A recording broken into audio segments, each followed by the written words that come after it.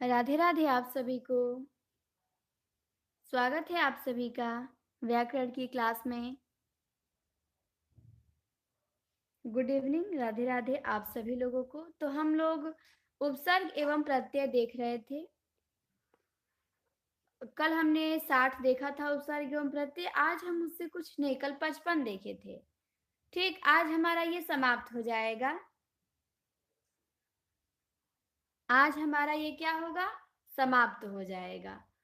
तो आज हम उपसर्ग एवं प्रत्यय और तत्सम तद्भव देशज विदेशज भी कुछ देखेंगे क्वेश्चन। ठीक, क्योंकि उपसर्ग एवं प्रत्यय के कुछ ही प्रश्न और बचे हुए हैं।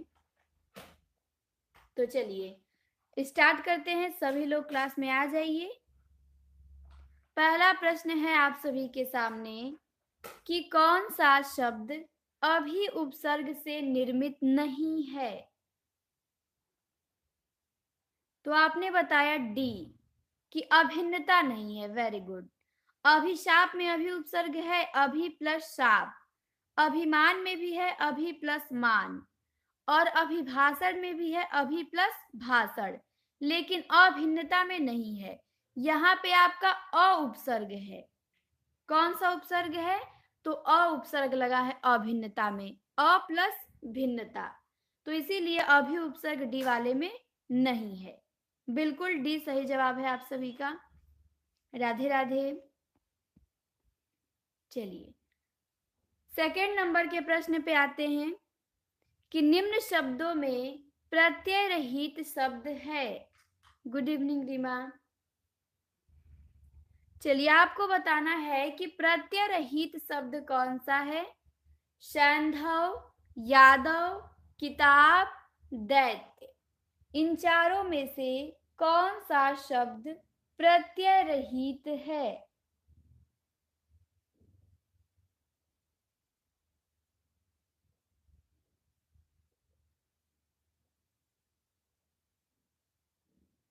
तो यहाँ पे दूसरे क्वेश्चन का आंसर आपने बताया है सी। चलिए सभी लोग करिए। कुछ लोगों का सी आंसर आ चुका है।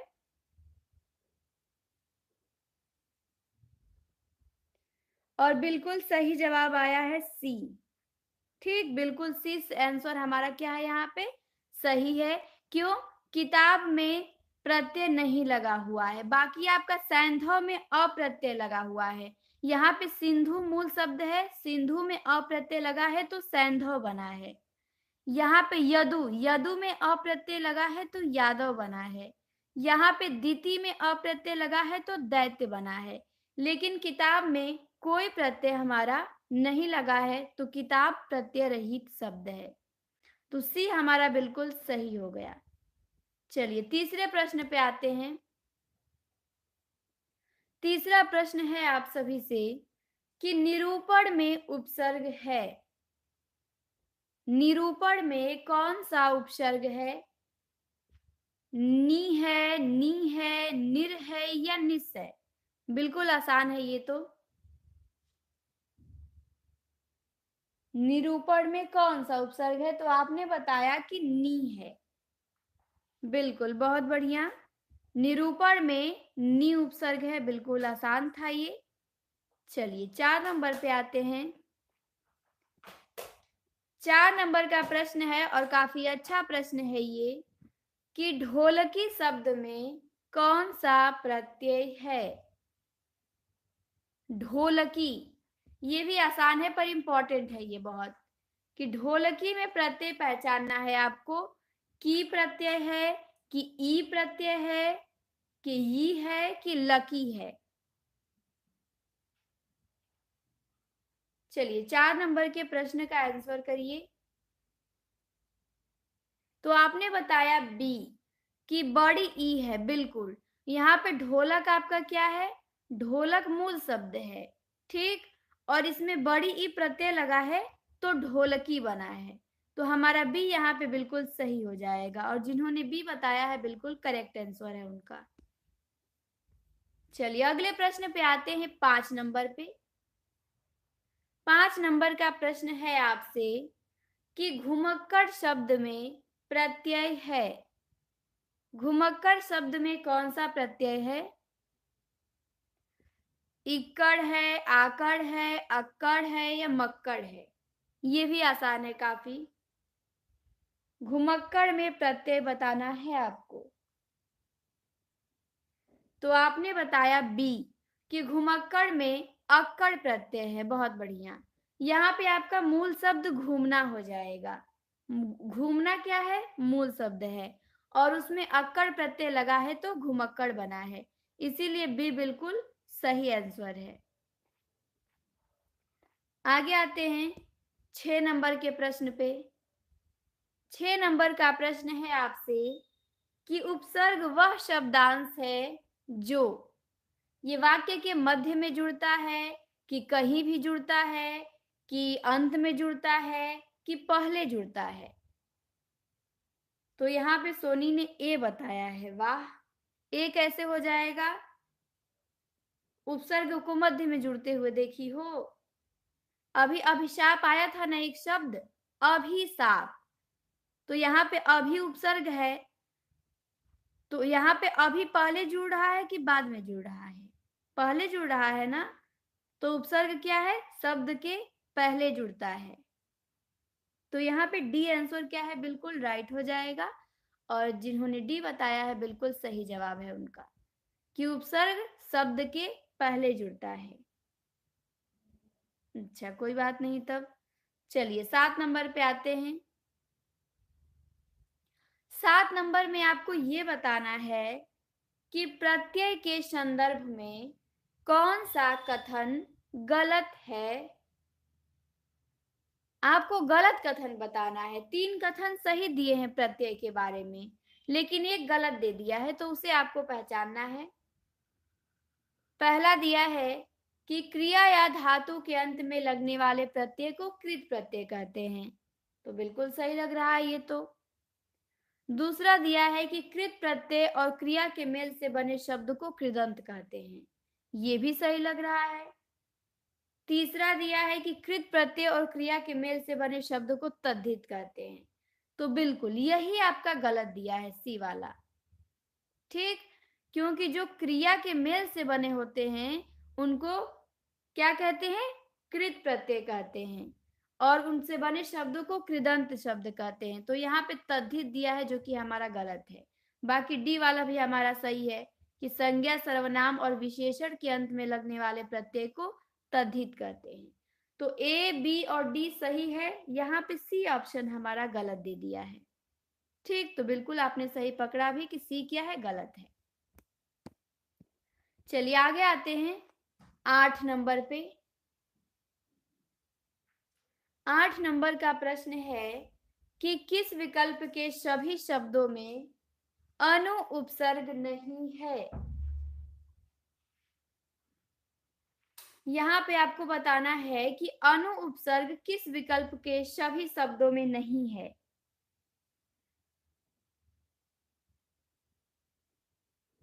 चलिए 8 नंबर का आंसर करिए। अनुदात, अनुर्वर में, या अन्वय या अनुशासन में, या अन्वेषण या अनुभव में, या अनुराग या अनुचर में। तो 8 नंबर का देखते हैं क्या आंसर आता है। ये प्रश्न थोड़ा अच्छा है। तो 8 का यहाँ पे ए आया है, बी आया है, सी आया है। तो यहाँ पे रीमा और प्रतिभा जी ने क्या किया? गलती किया है। भाई अन्वेषण में तो अनु प्रत्यय है ही, अनु प्लस एषण मिलके अन्वेषण बना है आपका। अनुभव में भी है अनु प्लस भव। यहाँ पे अन्वय में भी है अनु प्लस अय, अनु प्लस शासन। यहाँ भी है अनु प्लस राग, अनु प्लस चर।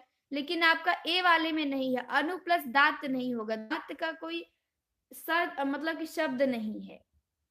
ठीक, और अनुर्वर में भी नहीं होगा। ठीक, तो यहाँ भी आपका अनु उपसर्ग नहीं है।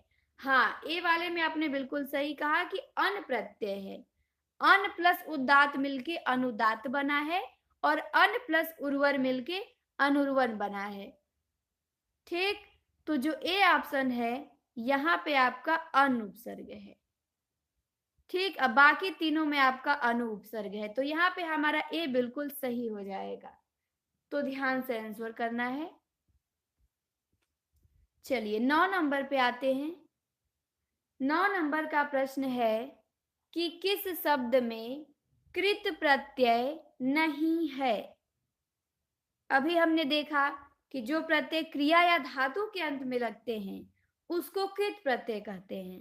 तो आपको यहाँ पे पहचानना है कि कौन सा कृत प्रत्यय है।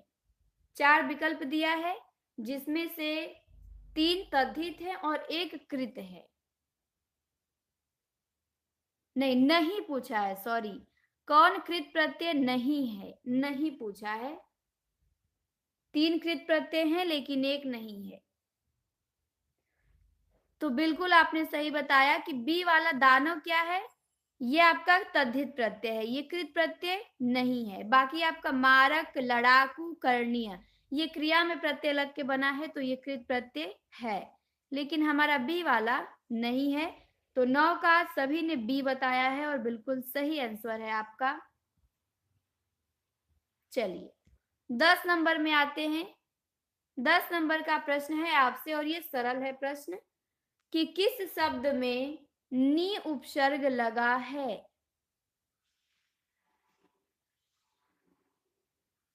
किसको एक्सप्लेन करें?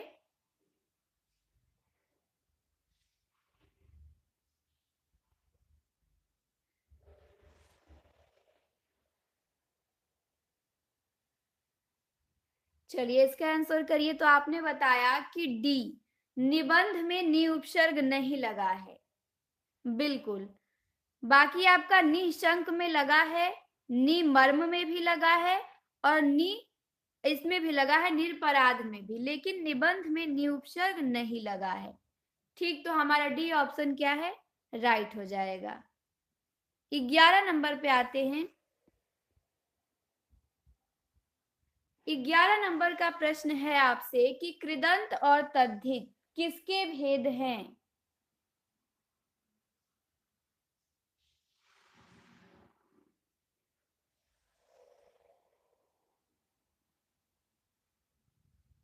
अच्छा, 9 नंबर को एक्सप्लेन करना है। अच्छा, कर दे रहे हैं अभी। कृदंत और तद्धित किसके भेद हैं? तो आपने बताया कि प्रत्यय के भेद हैं, बिल्कुल। प्रत्यय के 2 भेद होते हैं, कृदंत और तद्धित, ये आपको ध्यान देना है।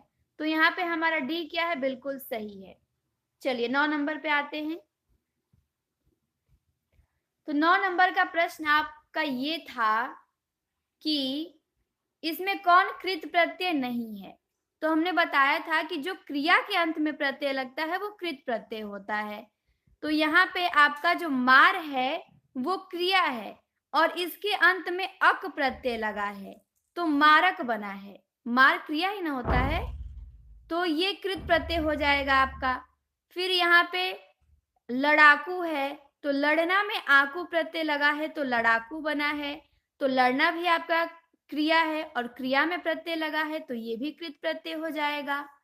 फिर यहाँ पे आपका करणीय है, ठीक। तो करना में अनीय प्रत्यय लगा है तो करणीय बना है। तो करना क्रिया होता ही है तो ये भी आपका क्या है, कृत प्रत्यय हो जाएगा। लेकिन आपका दानव, दानव आपका कृत प्रत्यय नहीं होगा, ये तद्धित प्रत्यय है, क्योंकि दानव क्या है, ये संज्ञा शब्द में आ जाएगा, ठीक। तो जो संज्ञा में विशेषण लगता है वो कृत प्रत्यय नहीं होता है, तो ये आपको ध्यान देना। इसीलिए हमारा बी यहाँ पे सही हो जाएगा कि दानव में कृत प्रत्यय नहीं है, ठीक। चलिए आगे आते हैं।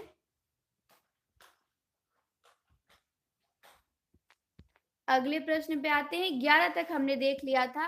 अगला प्रश्न है हमारा 12 नंबर का। 12 नंबर का प्रश्न है कि अनुचित में उपसर्ग है। अनुचित में कौन सा उपसर्ग है? चलिए आंसर करिए, ये भी बहुत आसान है। अन उपसर्ग है कि अन है कि अनश है कि अनु है? अनुचित में कौन सा उपसर्ग है?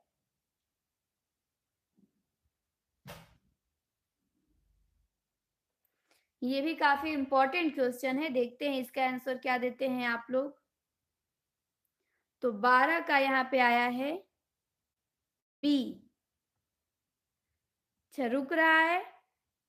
आपके नेटवर्क समस्या होगा सरिता जी, नेटवर्क आज बिल्कुल सही है हमारे यहाँ। तो तो बिल्कुल बहुत बढ़िया जवाब आया आपका। अनुचित में कौन सा उपसर्ग है? अन उपसर्ग है। अन प्लस उचित मिलके क्या बना है? अनुचित बना है। तो बहुत लोग जल्दबाजी में अनु उपसर्ग लगा देते हैं। यहाँ पे अनु देखते हैं और अनु लगा देते हैं। नहीं, अनु प्लस चित नहीं होता है। अन प्लस उचित मिलके अनुचित बनता है आपका। ठीक, तो यहाँ पे आपका अन उपसर्ग है अनुचित में। तो बी हमारा बिल्कुल सही हो जाएगा और आपने बी बताया भी है, बहुत अच्छा जवाब है। चलिए 13 नंबर पे आते हैं। 13 नंबर का प्रश्न है आपसे कि कृत प्रत्यय का योग होता है। कृत प्रत्यय का योग कहाँ होता है? क्रिया या धातु के साथ, संज्ञा के साथ, सर्वनाम के साथ या विशेषण के साथ। हाँ, तो अभी हमने पीछे देखा कि प्रत्यय के दो भेद होते हैं, कृत और तद्धित। तो जो कृत प्रत्यय होता है वो क्रिया या धातु के साथ लगता है। तो हमारा ए यहाँ पे क्या है? बिल्कुल सही है और आपने ए बताया भी है, बहुत बढ़िया। चलिए 14 नंबर पे आते हैं। 14 नंबर के प्रश्न में आपसे पूछा है कि किस शब्द में वी उपसर्ग नहीं है। आपको बताना है कि वी उपसर्ग किसमें नहीं है? विद्या में, विकट में, विदग्ध में या विषम में। वी उपसर्ग किसमें नहीं है?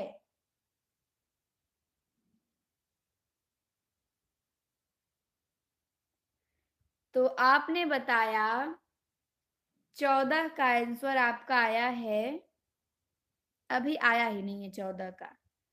एक आंसर आया है अंशु जी का सी, बी आया है, ए आया है,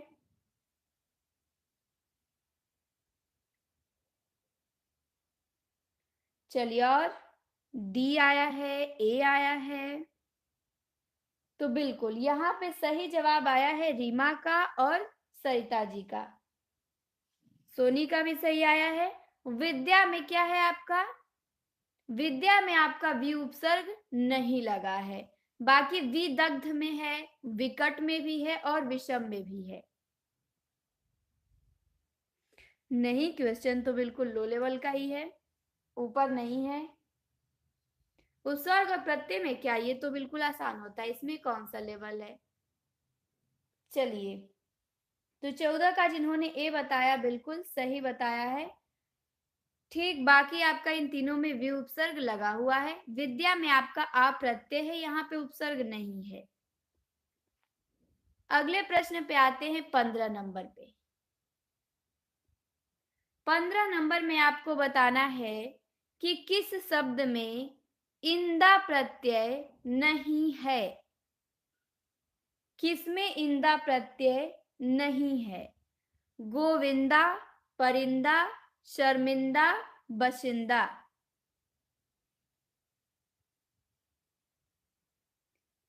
किस शब्द में इंदा प्रत्यय नहीं है? तो 15 का आंसर क्या है आप लोगों का? 15 का आपने डी बताया है।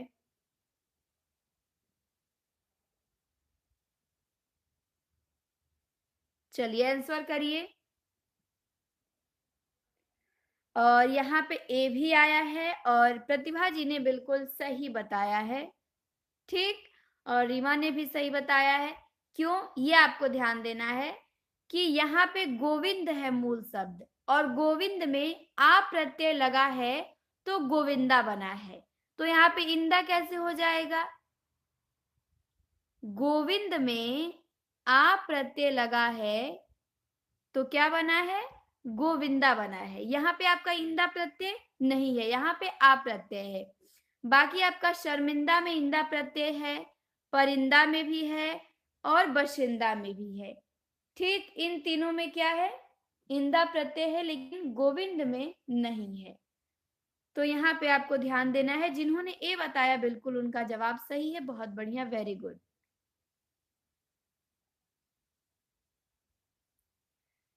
अच्छा, नहीं है, बिल्कुल नहीं पूछा है कि किसमें इंदा प्रत्यय नहीं है। तो यहाँ पे हमारा 15 का ए हो गया। चलिए 16 नंबर पे आते हैं। 16 नंबर का प्रश्न है आपके सामने कि आगमन शब्द में कौन सा उपसर्ग है। आंसर करिए कि आगमन में कौन सा उपसर्ग है। अव है, आग है, अ है या आ है।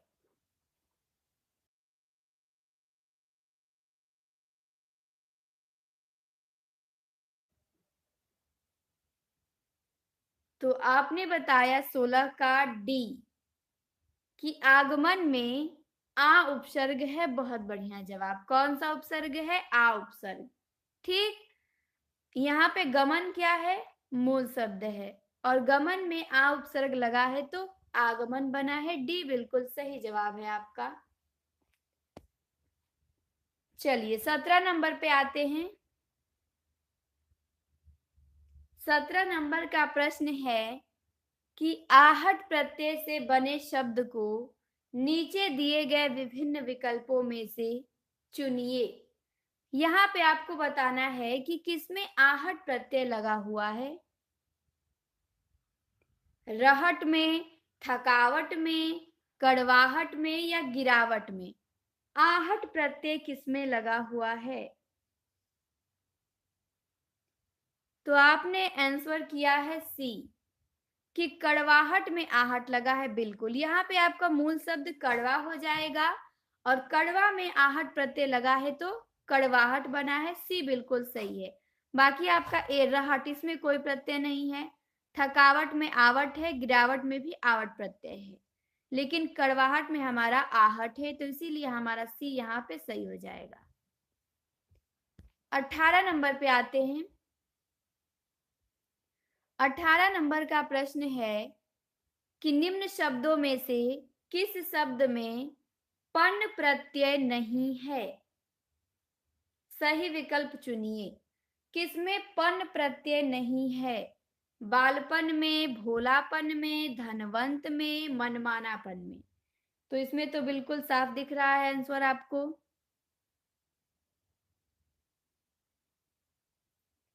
चलिए बी, भोलापन में तो है रीमा, भोला मूल शब्द है और पन प्रत्यय लगा है तो यहाँ पे तो पन दिख ही रहा है। यहाँ पे भी पन दिख रहा है, यहाँ पे भी पन दिख रहा है, लेकिन क्या यहाँ पे पन दिख रहा है? नहीं दिख रहा है। तो हमारा सी, धनवंत में क्या है? पन प्रत्यय नहीं है, तो इसीलिए सी हमारा यहाँ पे सही हो जाएगा। ठीक। चलिए 19 नंबर पे आते हैं। 19 नंबर का प्रश्न है कि अवतरण शब्द में कौन सा उपसर्ग है? नीचे दिए गए विकल्पों में से चुनिए। अवतरण में आपको उपसर्ग बताना है कि इसमें कौन सा उपसर्ग लगा है।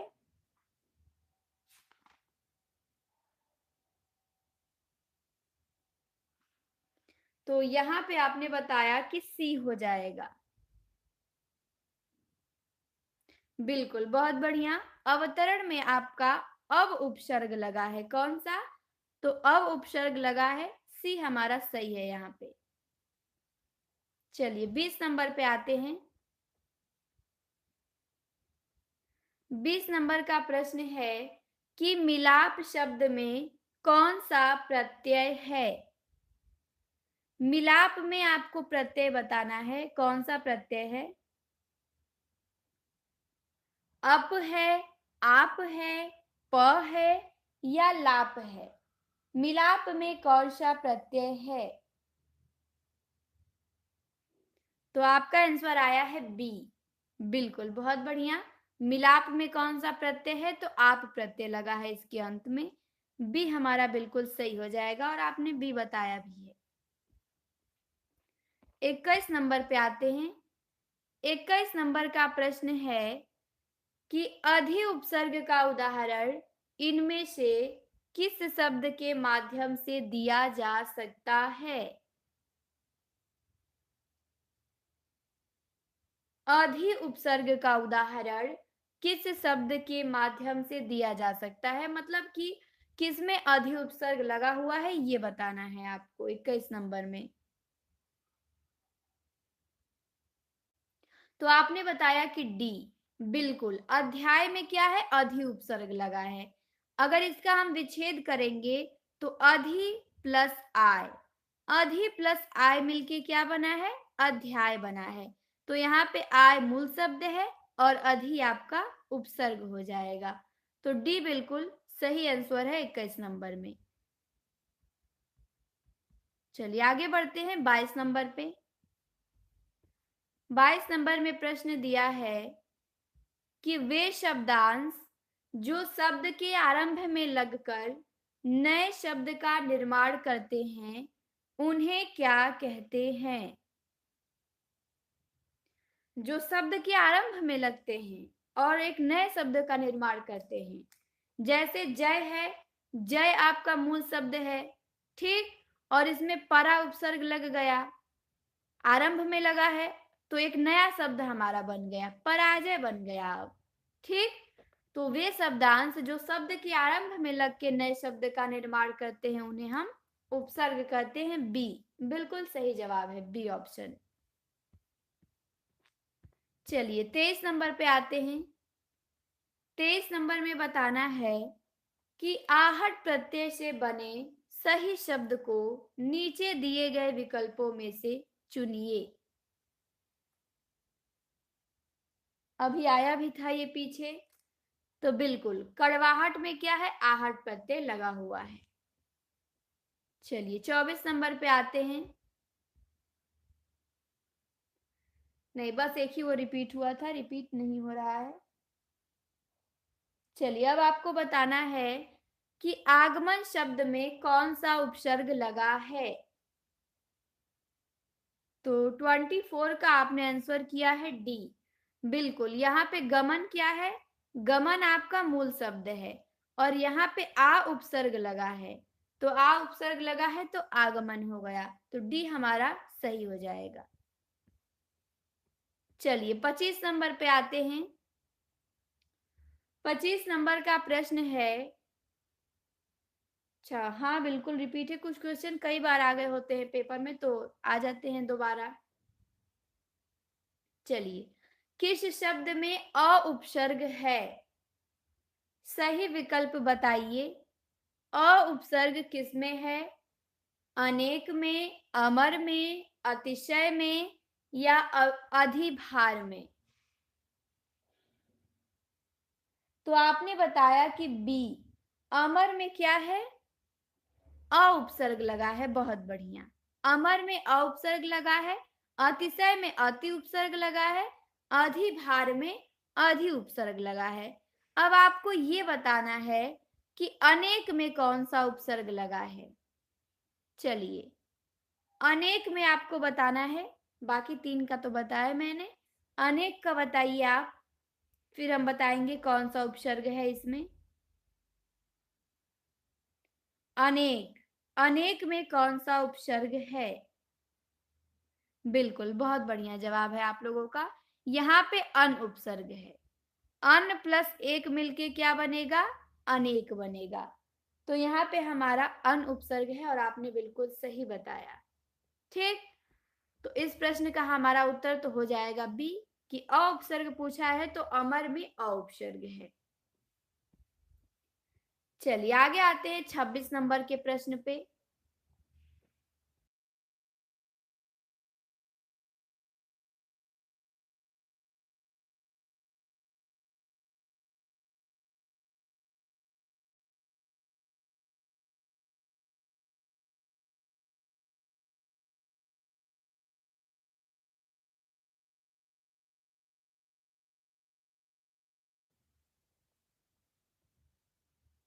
चलिए 26 नंबर का प्रश्न है, नहीं रुका नहीं है, रोका गया था ठीक, पीडीएफ चेंज करना था तो रोका गया था, वो रुका नहीं था अपने से।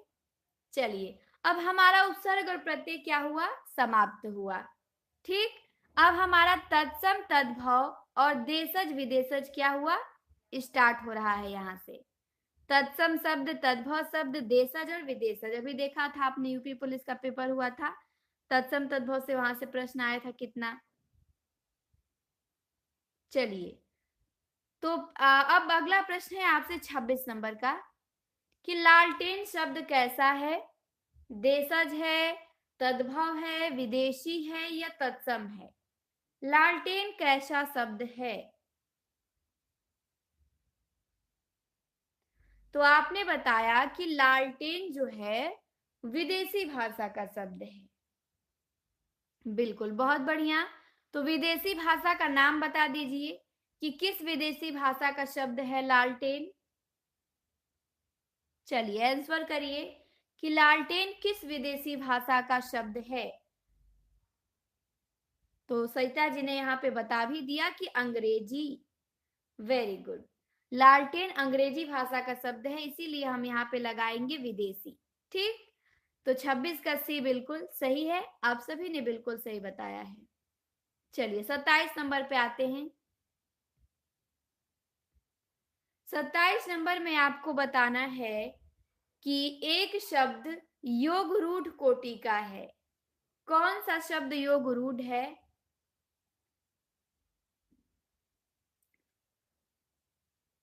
तो रेलगाड़ी है, रसोई घर है, डाक खाना है।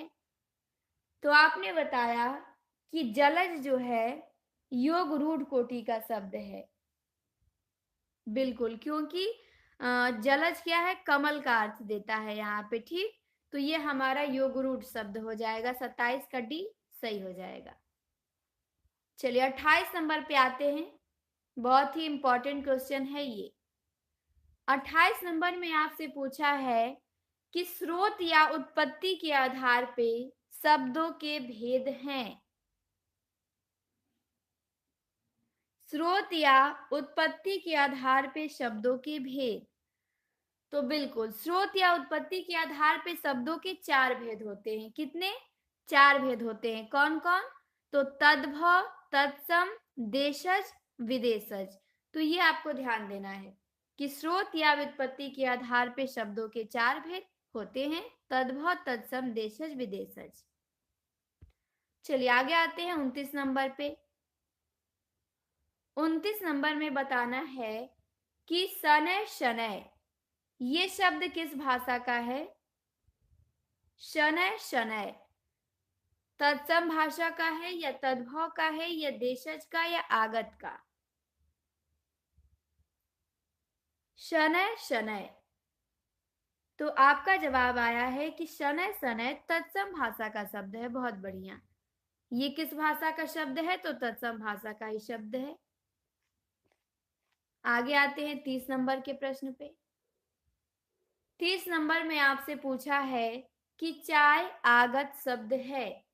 चाय किस भाषा से लिया गया है? किस भाषा का शब्द है चाय?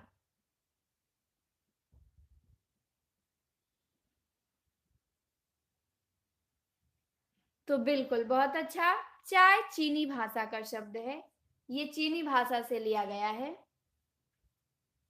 चलिए 31 नंबर पे आते हैं। 31 नंबर में आपसे पूछा है कि कान्हा शब्द है। कान्हा कैसा शब्द है? तत्सम है, तद्भव है, अर्ध तत्सम है या अर्ध तद्भव है? कान्हा कैसा शब्द है?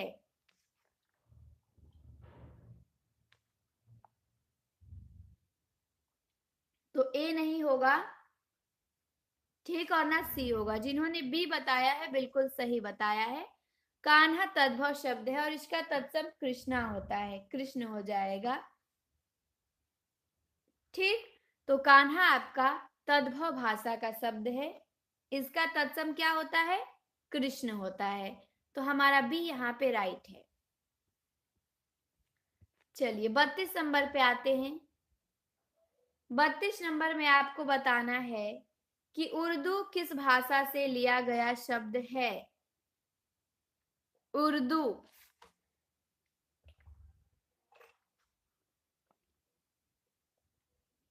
तो आपने बताया कि डी होगा। बिल्कुल, उर्दू तुर्की भाषा से लिया गया है। किस भाषा से लिया गया है? तो ये तुर्की भाषा से हिंदी में आया है।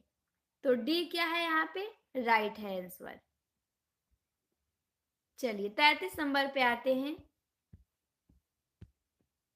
33 नंबर का भी बहुत अच्छा प्रश्न है आपसे कि इसमें से आपको तत्सम शब्द छांटना है। 4 शब्द दिए गए हैं और आपको बताना है कि कौन तत्सम है।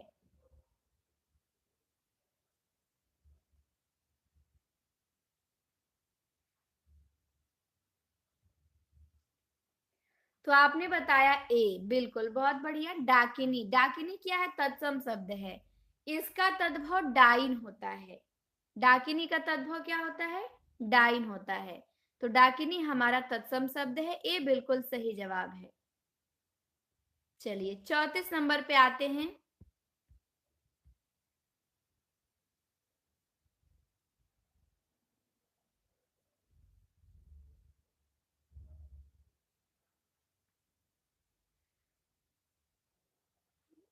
अच्छा, तर्जनी, आपका तर्जनी भी तत्सम शब्द है। ठीक, तो ये प्रश्न आया था और तर्जनी भी क्या है? हमारा तत्सम शब्द है, लेकिन आयोग ने इसका आंसर डाकिनी को माना था।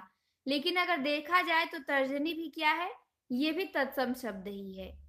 ठीक, क्योंकि तेल का तैल हो जाएगा, न्योछावर का न्यौछावर हो जाएगा। लेकिन तर्जनी तो बिल्कुल सही है, तत्सम ही होना चाहिए। लेकिन प्रश्न आया था तो आयोग ने डाकिनी को माना था। ठीक, चलिए, तो 34 का आपने बताया कि तत्सम शब्द है कृष्ण, बिल्कुल। डी यहाँ पे क्या है? सही है। खीर का तत्सम क्षीर होता है। कोयल का कोकिल होता है। खेत का क्षेत्र होता है। लेकिन कृष्ण आपका क्या है? तत्सम शब्द है। इसका तद्भव अभी हमने देखा, कान्हा होता है। तो हमारा डी यहाँ पे क्या है? सही हो जाएगा। चलिए 35 नंबर पे आते हैं। 35 नंबर का प्रश्न है आपसे कि इनमें से एक विदेशी भाषा का शब्द है। कौन विदेशी भाषा का शब्द है? कतार है, पंक्ति है, श्रेणी है, श्रृंखला है। तो बिल्कुल कतार क्या है? विदेशी भाषा का शब्द है। बाकी तीनों आपका ये तत्सम शब्द है, श्रेणी, पंक्ति और श्रृंखला। लेकिन कतार विदेशी भाषा से लिया गया शब्द है। चलिए 36 नंबर पे आते हैं। 36 नंबर का प्रश्न है कि अचार शब्द किस भाषा से आया है? अचार, अचार शब्द किस भाषा से आया है? अंग्रेजी से, पुर्तगाली से, फ्रेंच से या डच से? पहले ये सब बहुत क्वेश्चन गलत होते थे कि कौन से भाषा से लिया गया है कौन सा शब्द। तो आपने 36 का बताया बी, कि अचार शब्द जो है वो पुर्तगाली भाषा से लिया गया है। और बिल्कुल सही बताया। अचार शब्द किस भाषा से आया है? तो ये पुर्तगाली भाषा से आया है। बी हमारा सही हो जाएगा। चलिए 37 नंबर पे आते हैं। 37 नंबर का प्रश्न है कि निम्न में तद्भव शब्द है। कौन सा शब्द तद्भव है? रात्रि, पंख, कार्य, देव। तद्भव कौन सा शब्द है?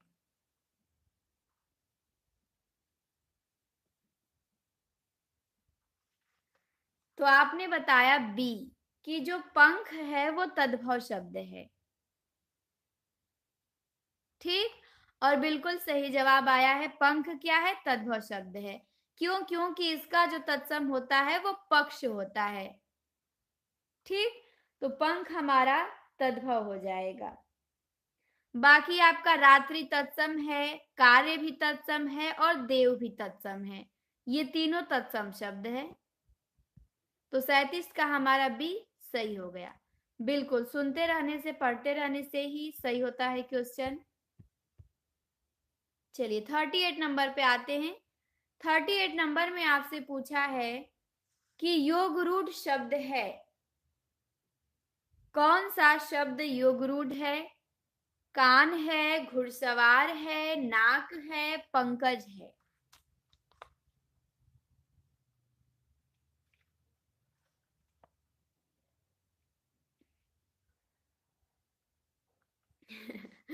योगरूढ़ शब्द है तो आपने बताया डी। बिल्कुल, जितने बहुब्रीहि समास के उदाहरण होते हैं सब योगरूढ़ शब्द होते हैं। योगरूढ़ का मतलब कि अलग अर्थ निकलना चाहिए। ठीक, तो पंकज का यहाँ पे क्या है? कमल होता है अर्थ। बाकी आपका कान और नाक ये दोनों केवल रूढ़ शब्द है। घुड़सवार आपका यौगिक हो जाएगा, लेकिन यहाँ पे पंकज क्या है? पंकज योगरूढ़ शब्द है। तो डी हमारा सही है बिल्कुल। अब आते हैं हम 39 नंबर पे। 39 नंबर में आपको बताना है कि नीलकंठ कौन सा शब्द है?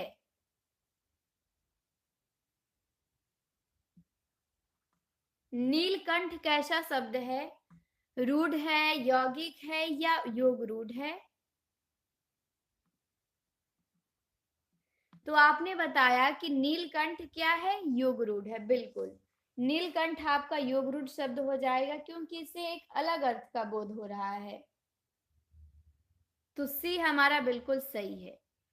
अब आते हैं 40 नंबर पे।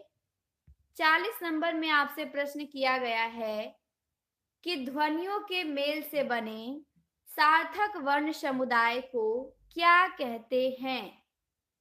हाँ बिल्कुल, वहां भी आपका बहुब्रीहि समास हो जाएगा और जितने बहुब्रीहि समास के उदाहरण होते हैं सब योगरूढ़ शब्द में आ जाएंगे। तो यहाँ पे प्रश्न है कि ध्वनियों के मेल से बने सार्थक वर्ण समुदाय को कहते हैं। तो बिल्कुल डी हो जाएगा, ध्वनियों के मेल से बने सार्थक वर्ण समुदाय को शब्द कहते हैं। 41 नंबर पे आते हैं। ये क्वेश्चन थोड़ा ब्लर हो गया है। प्रश्न है आपसे कि पंकज शब्द किस भेद के अंतर्गत आएगा? रूढ़, निरर्थक, यौगिक, योगरूढ़।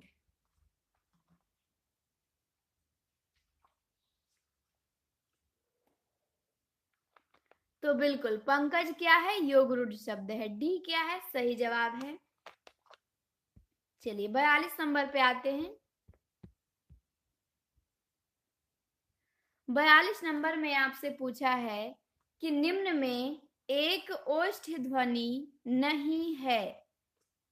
कौन ओष्ठ ध्वनि नहीं है?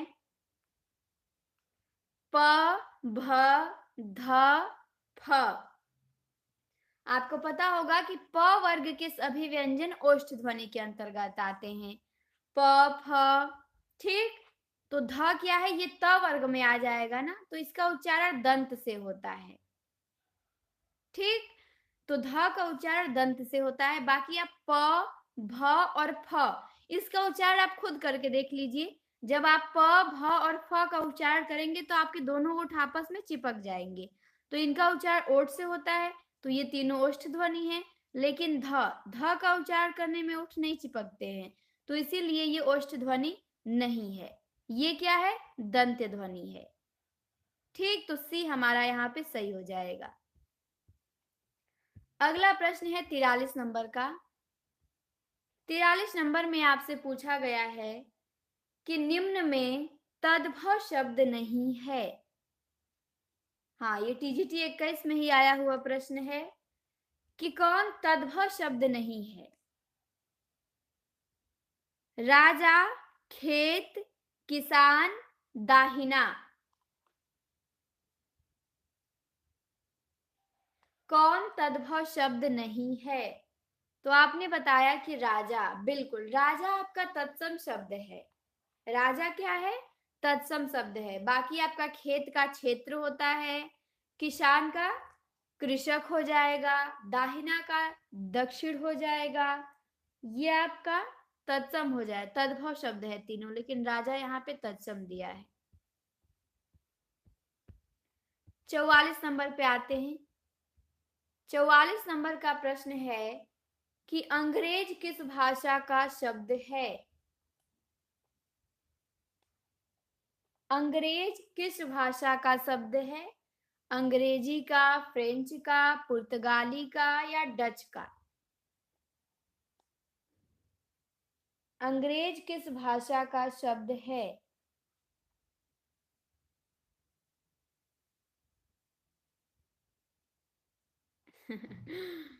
तो 44 का आपने बताया बी, बिल्कुल सही जवाब है। अंग्रेज जो है वो फ्रेंच भाषा का शब्द है। 22 तारीख को मेरा पेपर है रीमा। ठीक, तो क्लास 22 तारीख को मॉर्निंग में तो संभव नहीं है। तो अंग्रेज फ्रेंच भाषा का शब्द है। चलिए आगे आते हैं 45 नंबर पे। 45 नंबर में आपको बताना है कि कौन सा शब्द तद्भव नहीं है। हाँ बिल्कुल, 22 को एग्जाम है। कौन तद्भव शब्द नहीं है? राय, खेत, दाहिना, कवि।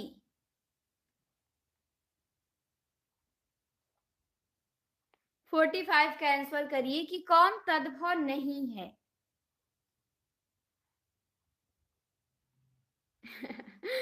अरे रीमा, बिल्कुल हमारा बेस्ट विशेष तुम्हारे साथ है। ठीक, अच्छा करके आओगी, चिंता किस बात की है। सर हैं तुम्हारे पास, सर से आशीर्वाद ले लेना। जिसको साक्षात भगवान का दर्शन हो रहा है वो हम लोगों से क्या आशीर्वाद लोगी। ठीक, सर से आशीर्वाद ले लेना, सबका आशीर्वाद तुम्हें मिल जाएगा। अकेले काफी हैं वो। ठीक, बाकी पेपर तुम बहुत अच्छा करके आओगी, हम लोगों को पता है। चलिए, तो 45 का डी बिल्कुल सही है। कवि क्या है? तद्भव शब्द नहीं है। बाकी आपका राय, दाहिना और खेत, ये तद्भव है। ठीक, बाकी कवि क्या है? ये तद्भव नहीं है, ये तत्सम है। तो 45 का डी बिल्कुल सही है। चलिए 46 नंबर पे आते हैं। 46 नंबर का प्रश्न है कि निम्न विकल्पों में से कौन सी साक्षात्कार के समय की जाने वाली त्रुटि नहीं है? कौन सी त्रुटि साक्षात्कार के समय की जाने वाली नहीं है? तो ये साक्षात्कार से कि यहाँ पे प्रश्न आ गया है कि जब साक्षात्कार देने जाया जाता है तो वहां पे कौन सी त्रुटि नहीं है वहां की। साक्षात्कार के समय सामान्य घबराहट, ये तो होती है, बिल्कुल होती है। साक्षात्कार के प्रश्नों का स्पष्ट व पारदर्शी होना, ये गलत दिया है। साक्षात्कार के प्रश्न एकदम स्पष्ट व पारदर्शी होते तो घबराहट ही नहीं होती। ठीक, वहां के प्रश्न थोड़े घुमाऊ होते हैं, स्पष्ट नहीं होते हैं, तो इसीलिए हमारा क्या है, बी बिल्कुल सही हो जाएगा। और सी भी सही है और डी भी सही है, लेकिन बी यहाँ पे गलत दिया है। ठीक, तो इसीलिए हमारा बी यहाँ पे राइट आंसर है। चलिए आगे आते हैं 47 नंबर पे। 47 नंबर में आपको बताना है, सुमेलित कीजिए। तत्सम तद्भव शब्द हैं, आपको सुमेलित करना है। इसको थोड़ा मैंने छोटा कर दिया ताकि आपको स्पष्ट दिखाई दे।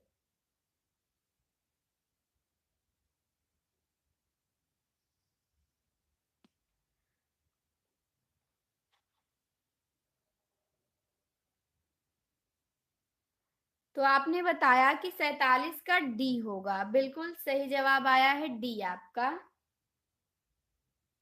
ठीक, पौष का तत्सम क्या हो जाएगा? पौष का तद्भव पूस हो जाएगा। ठीक, पूस आपका तद्भव शब्द है और इसका तत्सम पौष हो जाएगा। श्रृंग भी आपका तत्सम शब्द है, इसका तद्भव सिंह हो जाएगा।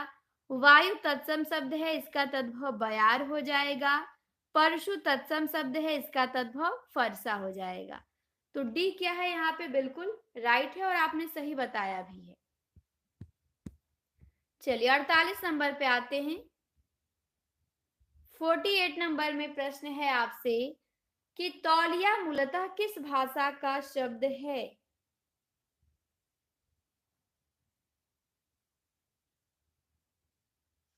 तौलिया किस भाषा का शब्द है?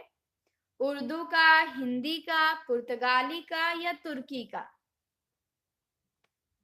तो आपने बताया कि तौलिया पुर्तगाली भाषा का शब्द है, बहुत अच्छा। किस भाषा का शब्द है? तो ये पुर्तगाली भाषा से लिया गया है।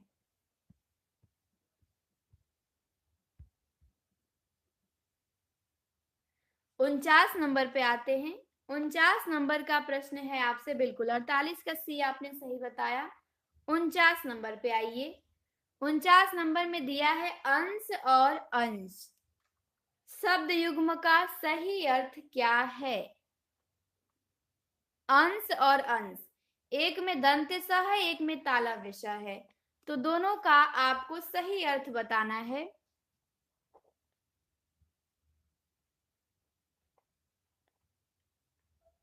तो आपने बताया ए, तो बिल्कुल जिसमें दंत स लगा रहेगा ये वाला अंश रहेगा। ठीक, तो इसका मतलब क्या हो जाएगा? इसका मतलब कंधा हो जाएगा। और जिसमें ताला विषा रहेगा ये वाला, तो क्या हो जाएगा? हिस्सा हो जाएगा। ठीक, तो एक अंश का अर्थ कंधा है और एक अंश का अर्थ हिस्सा है, तो ये आपने बिल्कुल सही बताया। अगला प्रश्न है 50 नंबर का। 50 नंबर का प्रश्न है आपसे कि व्युत्पत्ति की दृष्टि से शब्दों को कितने वर्गों में बांटा गया है? व्युत्पत्ति की दृष्टि से शब्दों को कितने वर्गों में बांटा गया है? 2, 8, 6, 4। तो अभी हमने पीछे देखा भी था कि चार भागों में बांटा गया है, तत्सम, तद्भव, देशज, विदेशज। ठीक, तो स्रोत या व्युत्पत्ति की दृष्टि से शब्दों को चार भागों में बांटा गया है, तत्सम, तद्भव, देशज, विदेशज। हाँ बिल्कुल, अब रहने दिया जाएगा 50 क्वेश्चन। ठीक, बहुत देख लिया हमने, 50 हो गया। 5 और देखे होते पर आपने कहा तो कोई बात नहीं, इतने पे ब्रेक कर दिया जाता है। इसके आगे अब हम कल देखेंगे। ठीक, इसके आगे कल देखा जाएगा। तो आज क्लास को यहीं पे हम समाप्त करते हैं। अपना स्कोर बता दीजिए आप लोग, 50 में से कितना स्कोर रहा? तो 50 में से 50 रहा, वाह बहुत अच्छा। सोनी ने 47 किया, बहुत बढ़िया। अंशु जी का भी अच्छा है, 46। अच्छा, प्रतिभा जी का कम हो गया है। 2 नंबर किसको दे दिया आपने? हाईएस्ट 50 चला गया। ठीक है, फिर भी आपका, रीमा का भी बहुत अच्छा है, बलदाव जी का भी अच्छा है। चलिए, सबका स्कोर अच्छा है। तो सभी को धन्यवाद जुड़ने के लिए। फिर कल 8 बजे तैयार रहिएगा, आगे हम इसको कंटिन्यू करेंगे। ठीक, आगे और हमारा तत्सम, तद्भव है, देशज, विदेशज है, और टॉपिक बदलेगा भी। तो आज इतना ही रहने दिया जाता है। सभी को शुभ रात्रि, फिर मिलते हैं कल।